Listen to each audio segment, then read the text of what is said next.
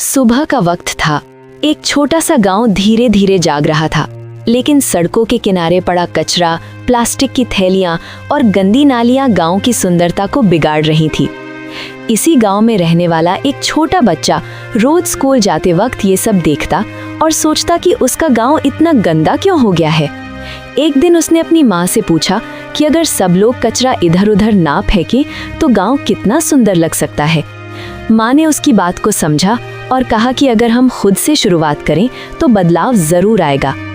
अगले दिन बच्चे, युवा और गांव की महिलाएं मिलकर सफाई अभियान शुरू कर देते हैं। सब लोग सड़कों से कचरा उठाते हैं, गीला और सूखा कचरा अलग अलग डब्बों में डालते हैं और लोगों को सफाई के लिए जागरूक करते हैं। धीरे धीरे पूरा गांव इस अभियान में शामिल हो जाता है। कुछ ही दिनों में वही गंदा गांव बदलकर एक साफ, हरा भरा और सुंदर गांव बन जाता है।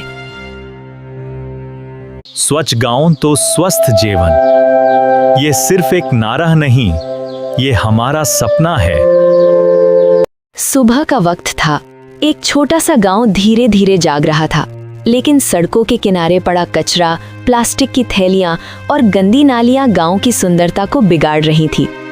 इसी गांव में रहने वाला एक छोटा बच्चा रोज स्कूल जाते वक्त ये सब देखता और सोचता कि उसका गांव इतना गंदा क्यों हो गया है।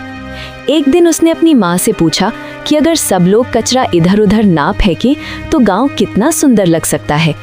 माँ ने उसकी बात को समझा और कहा कि अगर हम खुद से शुरुआत करें तो बदलाव जरूर आएगा।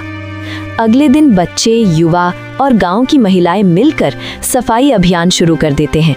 सब लोग सड़कों से कचरा उठाते हैं, गीला और सूखा कचरा अलग अलग डब्बों में डालते हैं और लोगों को सफाई के लिए जागरूक करते हैं।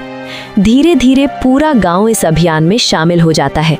कुछ ही दिनों में वही गंदा गांव बदलकर एक साफ, हरा भरा और सुंदर गांव बन जाता है। स्वच्छ गांव तो स्वस्थ जीवन, ये सिर्फ एक नारा नहीं, ये हमारा सपना है।